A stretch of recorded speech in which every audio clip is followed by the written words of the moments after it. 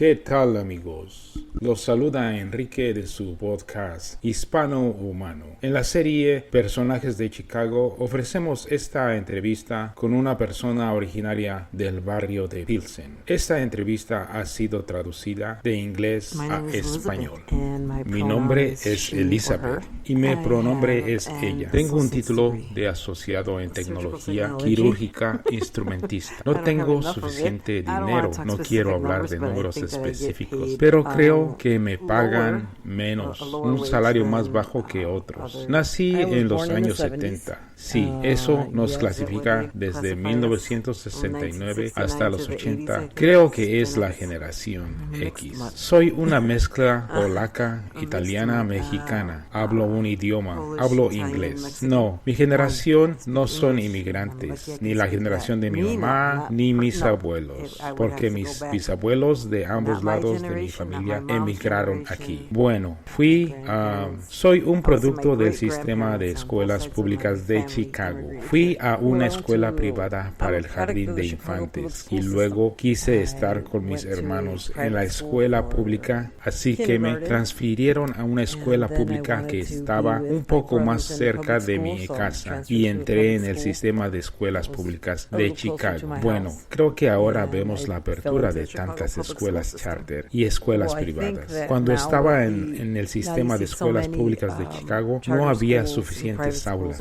no había suficientes asientos, estaba abarrotado. Había clases en los pasillos, clases en el lobby, clases en todas las partes. Simplemente no había suficiente espacio para todos. Y luego, con el tiempo, comenzaron a abrir otras escuelas donde transportaban a los niños de mi escuela a diferentes escuelas. Y luego, con el paso de los años, ahora tienes estas escuelas charter abriéndose en todas partes. Hay escuelas casi en cada cuadra. Ahora bien, realmente no sé mucho sobre las escuelas charter y no tengo experiencia de que me hayan enseñado en una escuela charter. Por lo que sé, se basan en el sistema de escuelas públicas de Chicago, por lo que no estoy muy segura de cuál es la diferencia entre escuela charter y una escuela pública. Después fui a otra escuela pública de Chicago. Fui a Malcolm X, uno de los colegios de la ciudad de Chicago. Obtuve mi título de asociado en tecnología quirúrgica instrumentista e hice mis estudios clínicos en el condado de Cook en Chicago, lo cual es muy interesante.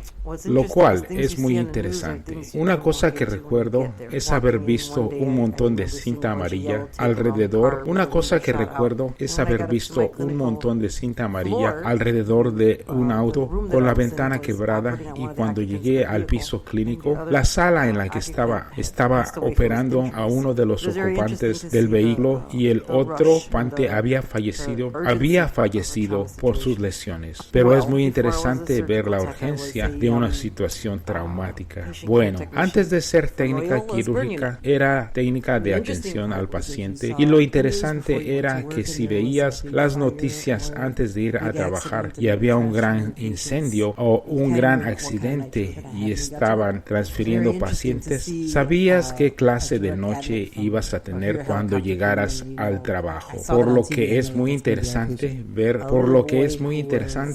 una entrada directa o escuchar un helicóptero llegando, y sabes, cuando lo ves en la televisión, sabes que será nuestro paciente. Un niño que creo que tenía 10 años y estaba en la unidad de quemados porque otro niño le roció algo y le prendió fuego y se quemó la mayor parte de su cuerpo, y era solo un niño pequeño. Creo que lloré cuando falleció, porque estaban tratando de hacerle un injerto de piel y haciéndole cosas, y él estaba inconsciente la mayor parte del tiempo. Y creo que una de las cosas que dijo cuando volvió en sí fue que